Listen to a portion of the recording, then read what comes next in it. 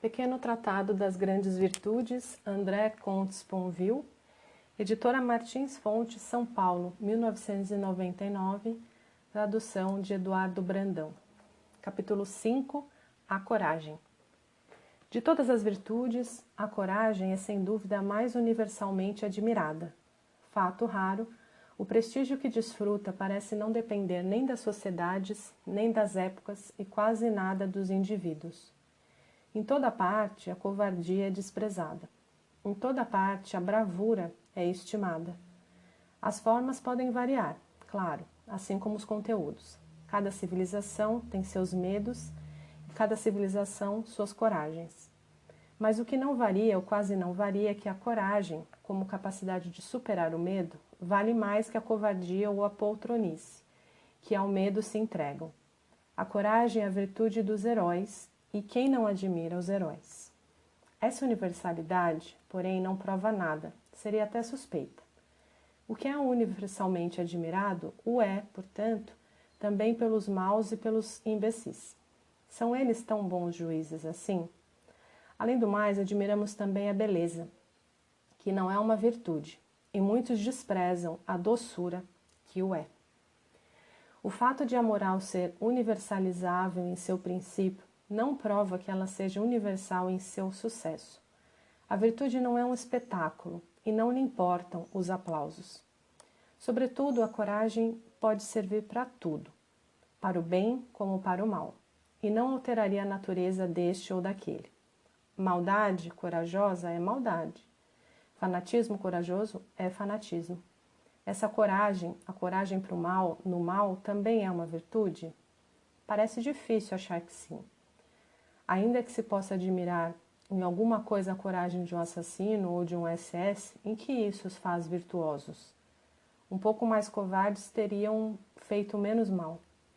O que é essa virtude que pode servir para o pior? O que é esse valor que parece indiferente aos valores? A coragem não é uma virtude, dizia Voltaire, mas uma qualidade comum aos acelerados e aos grandes homens. Uma excelência, mas que não seria em si nem moral nem imoral. O mesmo se dá com a inteligência ou a força. Também elas são admiradas, também elas são ambíguas.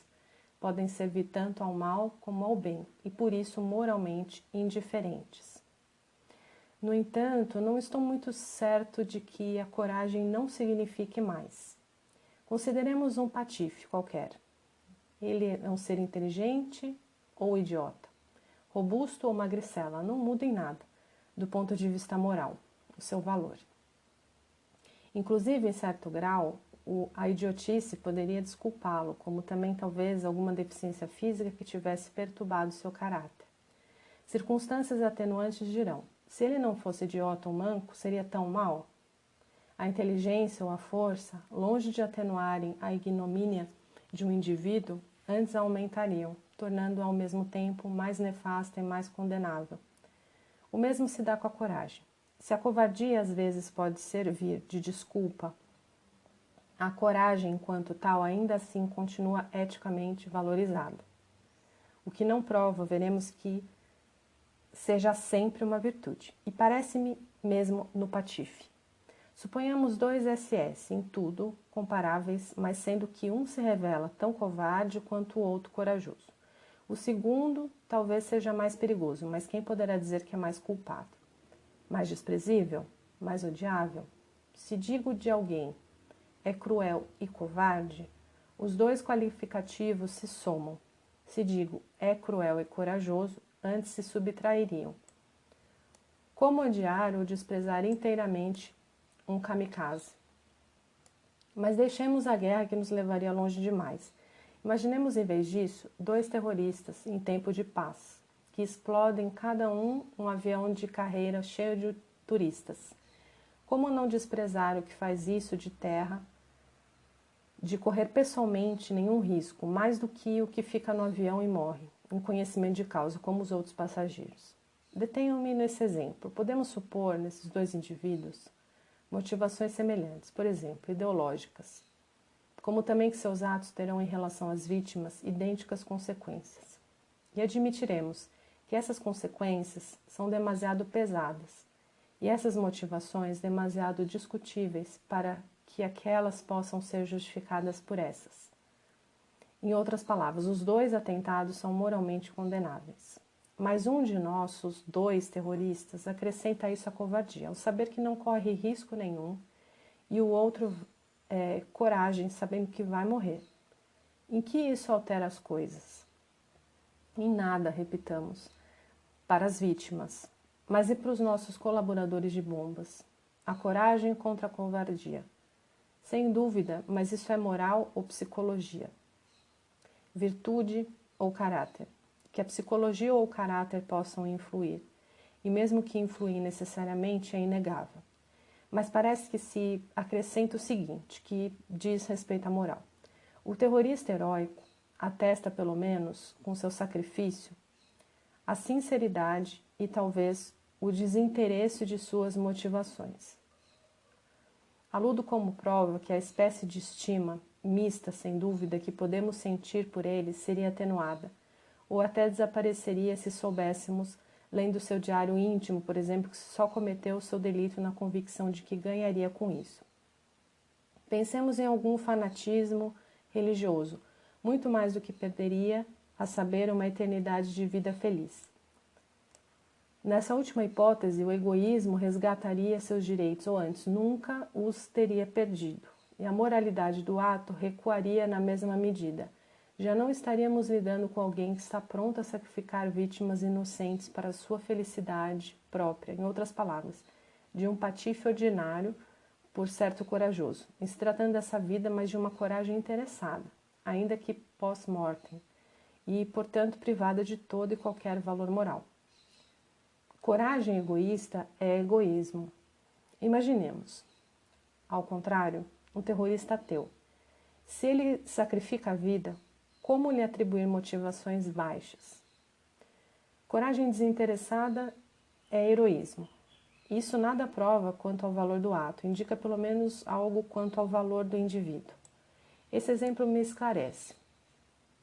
O que estimamos na coragem, que culmina no sacrifício de si, seria, pois em primeiro lugar, o risco aceito ou corrido, sem motivação egoísta. Em outras palavras, uma forma, se não sempre de altruísmo, pelo menos de desinteresse, de desprendimento, de distanciamento do eu. É, em todo caso, o que na coragem parece moralmente estimável. Alguém agride você na rua, cortando qualquer possibilidade de retirada. Você vai se defender furiosamente ou, ao contrário, implorar clemência. É um problema principalmente de estratégia ou, digamos, de temperamento. Que se possa achar a primeira atitude mais gloriosa ou mais viril, está bem. Mas a glória não é moral, nem a virilidade virtude. Supondo-se que, por outro lado, sempre na rua, você ouça uma mulher pedir socorro porque um malfeitor a quer estuprar. Está claro que a coragem de que você dará ou não prova, sempre devendo algo, por certo, seu caráter comprometerá também a sua responsabilidade propriamente moral, em outras palavras, a sua virtude ou a sua indignidade. Em resumo, embora sempre estimada de um ponto de vista psicológico ou sociológico, a coragem só é verdadeiramente estimável do ponto de vista moral quando se põe, ao menos em parte, a serviço de outrem, quando escapa pouco ou muito do interesse egoísta imediato. É por isso que, sem dúvida, especialmente para um ateu, a coragem diante da morte é a coragem das coragens, pois o eu não pode encontrar nenhuma gratificação concreta ou positiva. Digo imediata, concreta e positiva porque todos sabem muito bem que não nos desvencilhamos sem mais nem menos do ego. Até mesmo o herói é suspeito de ter buscado a glória ou fugido do remorso, em outras palavras, de ter buscado na virtude, ainda que indiretamente, e a título póstumo, sua própria felicidade ou seu bem-estar. Não se escapa do ego, não se escapa do princípio de prazer. Mas encontrar o seu prazer em servir ao outro, encontrar o seu bem-estar na ação generosa, longe de contrariar o altruísmo, é a própria definição, o princípio da virtude. O amor a si, dizia Kant, sem ser sempre condenável, é a fonte de todo o mal. Acrescento de bom grado que o amor ao outro de todo o bem. Mas seria alargar demais o fosso que os separa.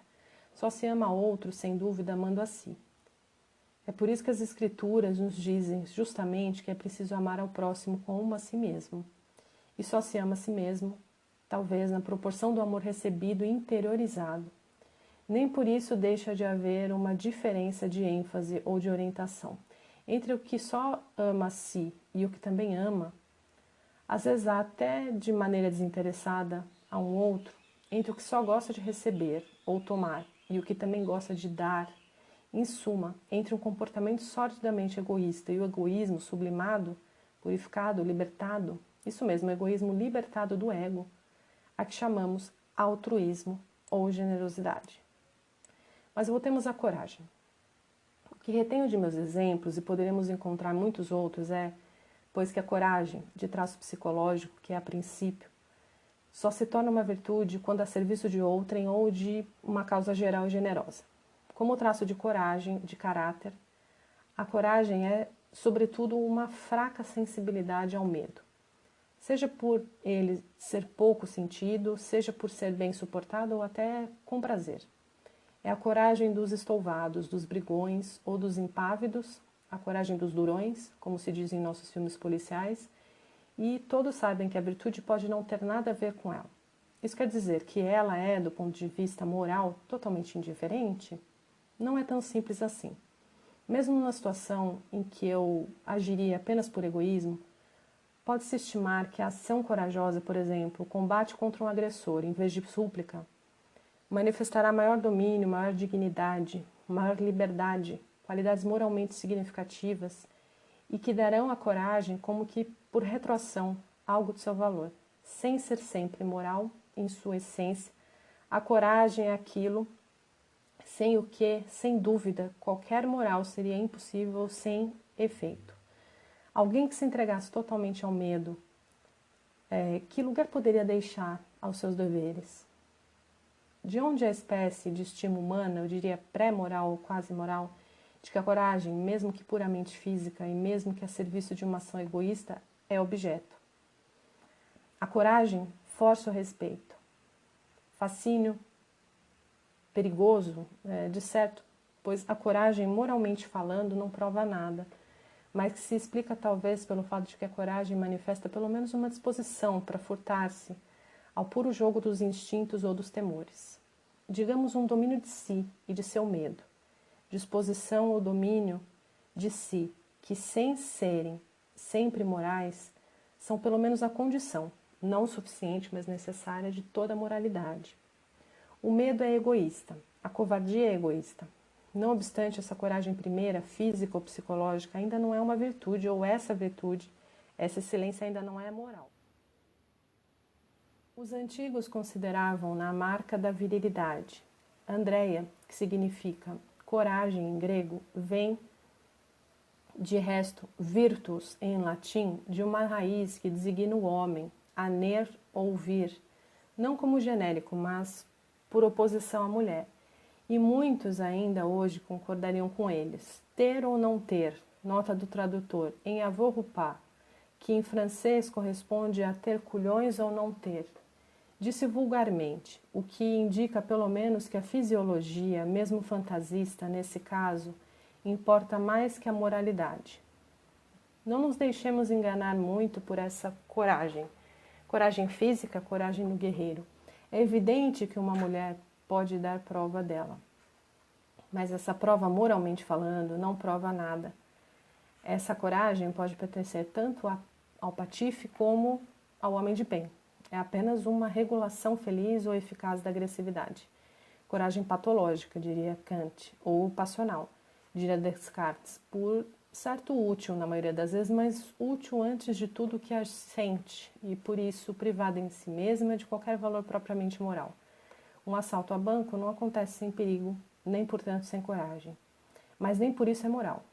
E em todo caso seriam necessárias circunstâncias bem particulares, relativas em especial às motivações do ato, para que pudesse vir a sê-lo.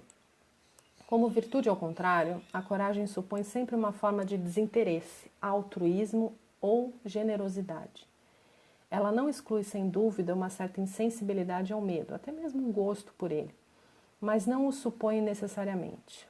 Essa coragem não é a ausência do medo, é a capacidade de superá-lo, quando ele existe, por uma vontade mais forte e mais generosa. Já não é, ou já não é apenas fisiologia, é força de alma diante do perigo. Já não é uma paixão, é uma virtude e a condição de todas. Já não é a coragem dos durões, é a coragem dos doces e dos heróis. Digo que essa coragem é a condição de qualquer virtude. E eu dizia a mesma coisa, talvez estejam lembrados da prudência. Por que não? Porque as virtudes seriam condicionadas só por uma só dentre elas. As outras virtudes, sem a prudência, seriam cegas ou loucas, mas sem a coragem seriam vãs ou pusilânimes. O justo, sem a prudência, não saberia como combater a injustiça, mas sem a coragem não ousaria empenhar-se nesse combate. Um não saberia que meios utilizar para alcançar o seu fim, outro recuaria diante dos riscos que ele supõe. O imprudente e o covarde não seriam, pois, verdadeiramente justos. De uma justiça em ato, que é a verdadeira justiça, nenhum nem outro. Qualquer virtude é coragem. Qualquer virtude é prudência. Como o medo poderia substituir esta ou aquela? É o que explica muito bem São Tomás.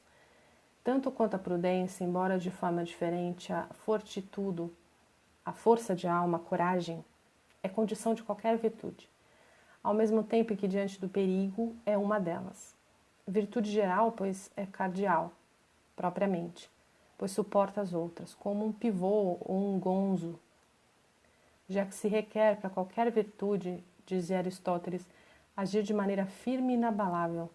É o que podemos chamar de força de alma, mas também em virtude especial, que chamamos de coragem estritamente, que permite, como dizia Cícero, enfrentar os perigos e suportar os labores. Porque a coragem, notemos de passagem, é o contrário da covardia, de certo, mas também da preguiça ou da frouxidão. É a mesma coragem nos dois casos? Sem dúvida, não. O perigo não é o trabalho. O medo não é o cansaço. Mas é preciso superar, nos dois casos, o impulso primeiro ao animal, que preferiria o repouso, o prazer ou a fuga. Na medida em que a virtude é um esforço, sempre o é, fora a graça ou o amor, toda virtude é coragem, e é por isso que a palavra covarde, notava Laim, é a mais grave das injúrias. Não porque a covardia seja o pior no homem, mas porque sem coragem não se poderia resistir ao pior em si ou em outrem. Resta saber em relação à coragem, se mantém-se com a verdade. Platão interrogou-se muito sobre esse ponto, tentando sem nunca conseguir de maneira satisfatória reduzir a coragem ao saber ou à opinião. A coragem seria a ciência das coisas temíveis e das que não o são, explica, ou pelo menos a salvaguarda constante de uma opinião reta e legitimamente acreditada sobre as coisas que são ou não são temíveis. Era esquecer que a coragem supõe o medo e se contenta em enfrentá-lo. Podemos mostrar coragem diante de um perigo ilusório, e ela pode nos faltar diante de um perigo comprovado. O medo comanda, o medo basta. Medo justificado ou não, legítimo ou não, razoável ou desarrazoado. Não é esse o problema. Dom Quixote dá prova de coragem contra seus moinhos, ao passo que a ciência, embora muitas vezes tranquilize, nunca deu coragem a ninguém. Não há virtude que resista mais ao intelectualismo. Quantos ignorantes heróicos, quantos eruditos covardes, os sábios, se o fossem inteiramente, não teriam mais medo de nada. Como se vê em Epicuro e Spinoza, e qualquer coragem lhes seria inútil. Os filósofos, é indiscutível que precisam de coragem para pensar, mas o pensamento nunca lhes bastou para lhes dar coragem. A ciência e a filosofia podem, às vezes, dissipar os medos, dissipando seus objetos, mas a coragem, repitamos, não é a ausência de medo. É a capacidade de enfrentá-lo, de dominá-lo ou superá-lo, o que supõe que ela existe ou deveria existir. O fato de um eclipse, por exemplo, para um moderno, e graças ao saber que temos a seu respeito, já não ser motivo de temor, não nos dá em relação a ele nenhuma coragem. No máximo, tiramos uma oportunidade de dar prova de coragem ou de sua falta. Do mesmo modo, se pudéssemos nos convencer com Epicuro de que a morte não é nada para nós, ou como Platão de que é desejável, não precisaríamos mais de coragem para suportar a ideia de morrer. A ciência basta num caso, a sabedoria ou a fé bastariam no outro. Mas só precisamos de coragem justamente quando essas não bastam, ou por estarem ausentes ou por serem, em relação à nossa angústia, sem pertinência ou sem eficácia. O saber, a sabedoria ou a opinião dão ou tiram ao medo seus objetos, não dão coragem, dão a oportunidade de servir-se dela ou dispensá-la. Foi o que Jankelevich bem viu. A coragem não é um saber, mas uma decisão. Não é uma opinião, mas um ato. É por isso que a razão aqui não basta. O raciocínio nos diz o que devemos fazer, e se o devemos, mas não nos diz que devemos fazê-lo. Menos ainda, ele mesmo faz o que diz. Se há uma coragem da razão, ela está apenas em que a razão nunca tem medo. Quero dizer que nunca é a razão que em nós se atemoriza ou se assusta. Cavalier sabia disso, como também que a razão não basta para agir ou querer. Não há coragem mor geométrico, nem ciência corajosa. Vá demonstrar sob tortura que não se deve falar. Aliás, se essa demonstração fosse possível, quem poderia acreditar que bastasse? A razão é a mesma em Carvailés que não falou em qualquer outro. Mas a vontade não, a coragem não. E a coragem nada mais é que a vontade mais determinada e diante do perigo ou do sofrimento mais necessária. Toda razão é universal, toda coragem singular.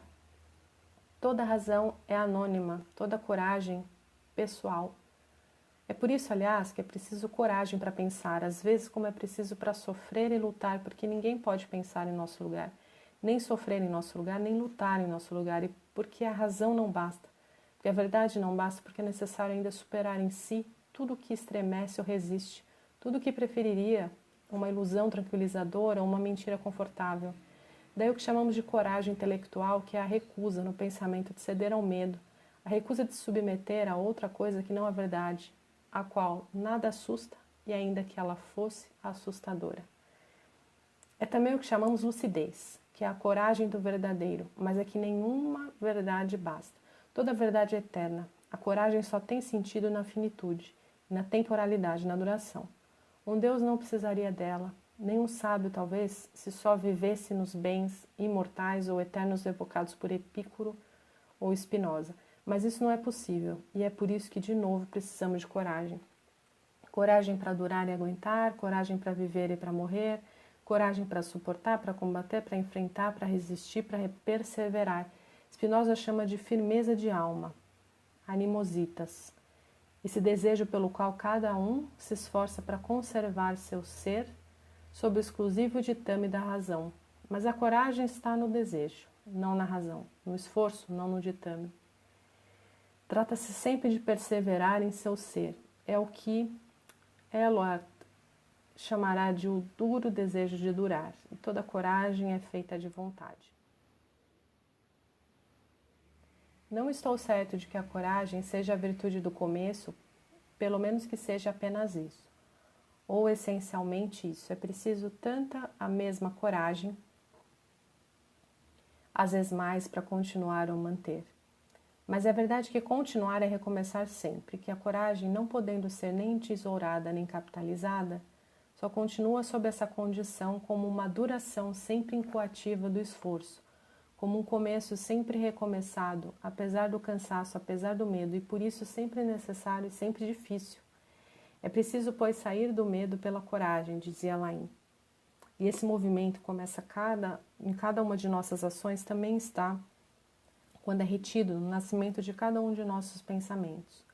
O medo paralisa e toda ação, mesmo de fuga, furta-se um pouco a ele. A coragem triunfa sobre o medo. Pelo menos tenta triunfar, e já é corajoso tentar.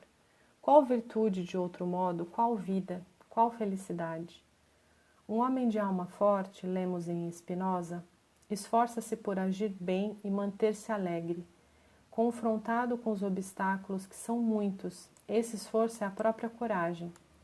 Como toda virtude, a coragem só existe no presente. Ter tido coragem não prova que se terá, nem mesmo que se tem. É todavia uma indicação positiva e literalmente encorajadora. O passado é objeto de conhecimento, por isso mais significativo, moralmente falando, que o futuro, que é apenas um objeto de fé ou de esperança, apenas de imaginação. Querer dar amanhã ou outro dia não é ser generoso. Querer ser corajoso na semana que vem ou daqui a 10 anos não é coragem. Trata-se apenas de projetos de querer, de decisões sonhadas, virtudes imaginárias. Aristóteles, ou o discípulo que fala em seu nome, evoca com graça, na grande moral, os que se fazem de corajosos porque o risco é para ser corrido daqui a 2 anos e morrem de medo quando estão cara a cara e nariz com o perigo. Heróis imaginários, poltrões reais. Jankelevich, que cita essa frase, acrescenta com razão que a coragem é a intenção do instante em instância, que o instante corajoso designa nisso nosso ponto de tangência com o futuro próximo. Em suma, que se trata de ser corajoso, não amanhã ou daqui a pouco, mas no ato. Muito bem, mas o que é esse instante, em instância, em contato com o futuro próximo ou imediato, senão o presente que dura? Não precisamos de coragem para enfrentar o que já não é, claro, mas tampouco para superar o que ainda não é. Nem o nazismo, nem o fim do mundo, nem meu nascimento, nem minha morte são para mim objetos de coragem. A ideia da morte, talvez sendo atual, como também sob certos aspectos a ideia do nazismo ou do fim do mundo, mas uma ideia requer muitíssimo menos coragem nesses domínios que a própria coisa. O que há de mais ridículo do que esses heróis, por contumácia, que só enfrentam imaginariamente, é claro, perigos excluídos. Todavia, acrescenta Jankelevich, também não há ar para a respiração da coragem se a ameaça já foi realizada, e se quebrando o encanto do possível, suspendendo os transes da incerteza, o perigo transformado em infortúnio deixa de ser perigo. É tão certo assim? Se fosse verdade, a coragem não seria necessária, seria até inútil, contra a dor físico-moral, contra a enfermidade, contra o luto. Em que situação, porém, precisamos mais dela? Aquele que resiste à tortura, como Caivailés ou Jean Moulin, quem pode crer que é, antes de tudo, o futuro, antes de tudo o perigo que mobilizam sua coragem? Que futuro é pior que o presente deles? Que perigo é pior que a tortura? Não a atroz atualidade do sofrimento. Dirão que a escolha é, então, se é que há escolha, fazer cessar ou continuar esse horror, o que, como toda escolha, só tem sentido com referência ao futuro. Sem dúvida, o presente é uma duração muito mais que um instante, uma distensão, como dizia Santo Agostinho, sempre proveniente do passado, sempre voltada para o futuro. E é necessário coragem, dizia eu, para durar e aguentar, para suportar, sem se quebrar essa tensão que nós somos, ou essa divisão entre passado e futuro, entre memória e vontade. É a própria vida e o esforço de viver. Mas esse esforço está sempre presente e na maioria das vezes é difícil. Se é o futuro que tememos, é o presente que suportamos, inclusive nosso medo presente do futuro e a realidade atual do infortúnio, do sofrimento ou da angústia não requer menos coragem nesse presente que dura do que a ameaça do perigo ou os transes, como diz Jankelevich, da incerteza. É verdade para a tortura e para qualquer tortura. O canceroso em fase terminal, quem acredita que é apenas diante do futuro, apenas diante da morte que ele precisa de coragem? E a mãe que perdeu o filho? Tenha coragem, diz ele. Se isso se refere ao futuro, como todo conselho, não quero dizer que a coragem seja aqui necessária contra um perigo, um risco ou uma ameaça, mas sim contra um infortúnio presente, atrozmente presente, e que só está indefinidamente por vir porque é e será doravante, pois o passado e a morte são irrevogáveis, definitivamente presente. É preciso coragem ainda para suportar uma deficiência, para assumir um fracasso ou um erro, Também essas coragens referem-se antes de tudo ao presente que dura e ao futuro apenas enquanto é, enquanto não pode ser mais que a continuação desse presente. O cego precisa de maior coragem do que aquele que enxerga bem. Não apenas porque a vida para ele é mais perigosa. Irei mais longe até. Na medida em que o sofrimento é pior que o medo, pelo menos sempre que o é necessária maior coragem para suportá-lo. Isso depende, é claro, dos sofrimentos e dos medos. Consideremos então o sofrimento extremo, a tortura, e um medo extremo, o medo da morte, o medo da tortura, ambas iminentes. Quem não percebe que é preciso mais coragem para resistir à tortura do que à sua ameaça, ainda que perfeitamente determinada e crível? E quem não preferiria suicidar-se apesar do medo a sofrer a esse ponto? Quantos não o fizeram? Quantos lamentaram não ter meios para fazê-lo? Pode ser que seja preciso ter coragem para se suicidar e sem dúvida sempre é preciso, menos contudo do que para resistir à tortura. Embora a coragem diante da morte seja a coragem das coragens, quero dizer, o modelo ou o arquétipo de todas, ela não é necessariamente nem sempre a maior. É a mais simples porque a morte é o mais simples. É a mais absoluta, se quisermos, porque a morte é absoluta. Mas não é a maior, porque a morte não é o pior.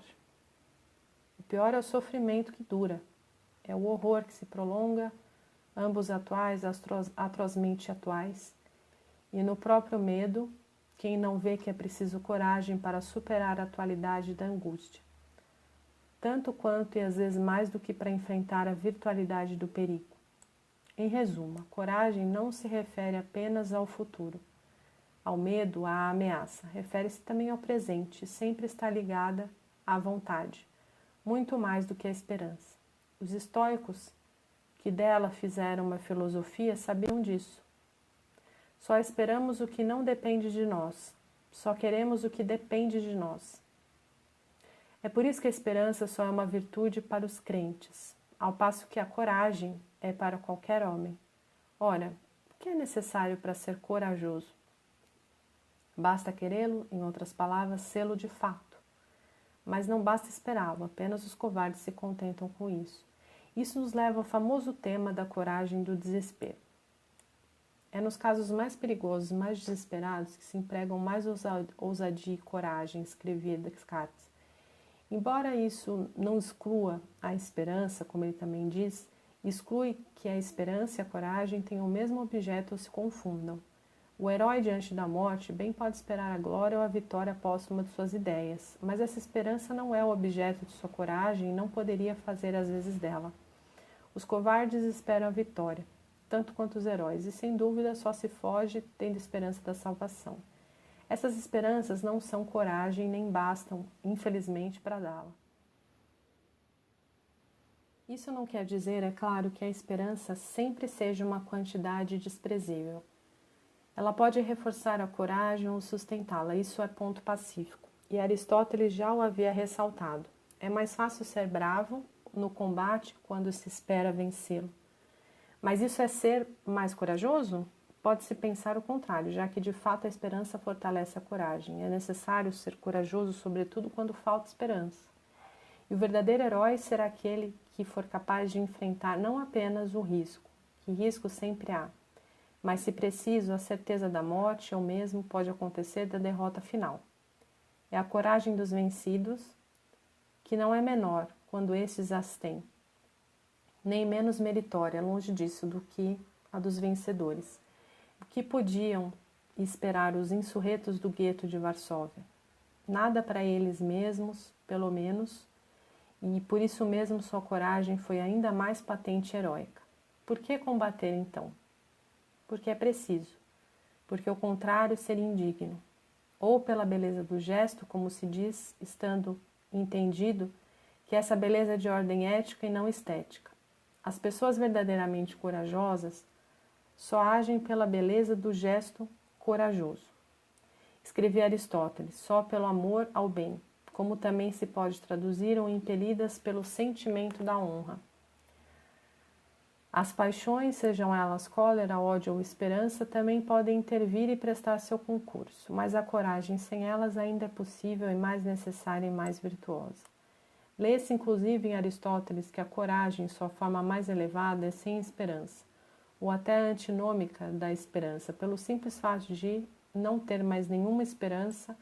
O homem corajoso diante de uma doença mortal é o mais do que o marinheiro na tempestade. Daí, os que a esperança sustenta já não serem, por isso, bravos verdadeiros, assim como aqueles que têm a convicção de serem mais fortes poderem triunfar no combate. Não estou certo de que se possa ir mais longe, ou pelo menos que isso não seja a partir de uma interpretação de um tanto unilateral.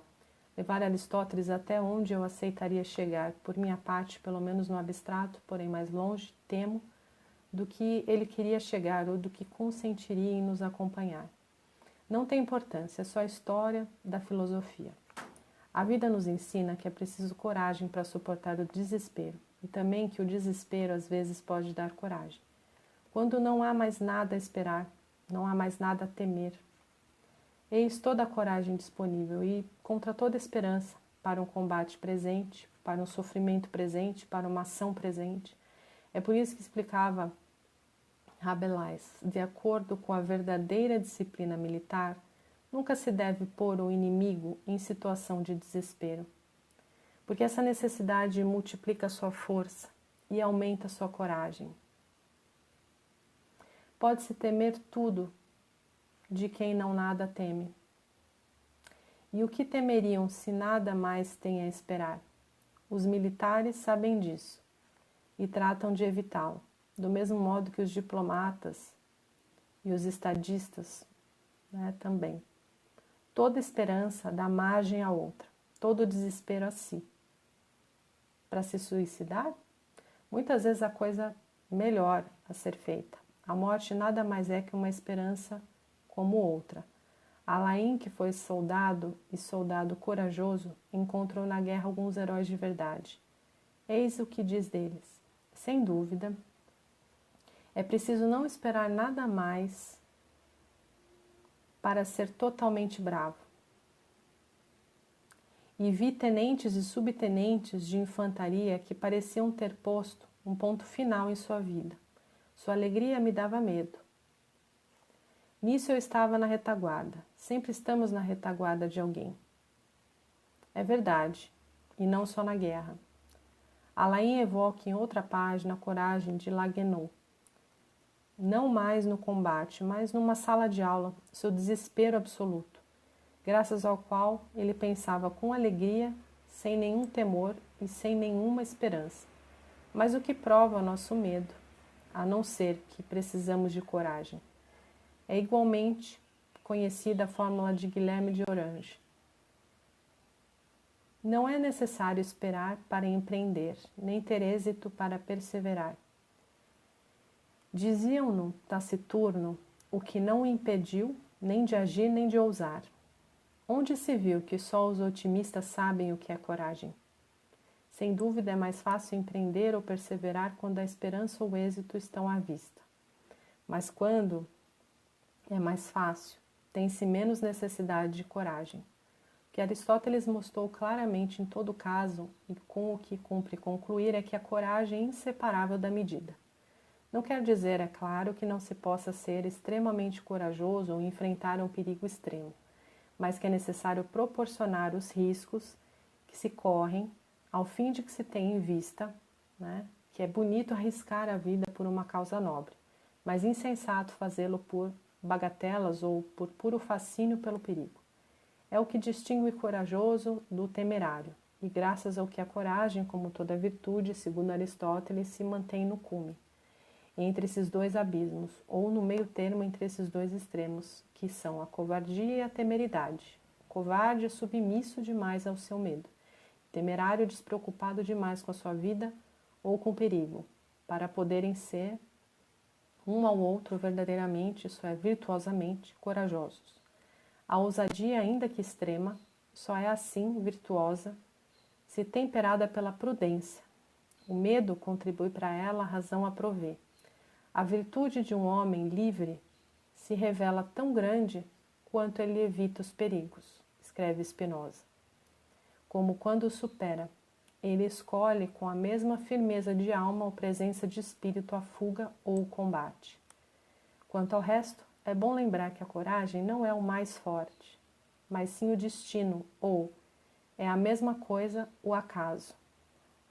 A própria coragem está ligada a ele. Basta querer, mas quem escolhe sua vontade? E a ele permanece submetida. Para todo homem há o que ele pode e o que ele não pode suportar. O fato de encontrar ou não, antes de morrer, o que o vai abater é uma questão de sorte, pelo menos tanto quanto de mérito.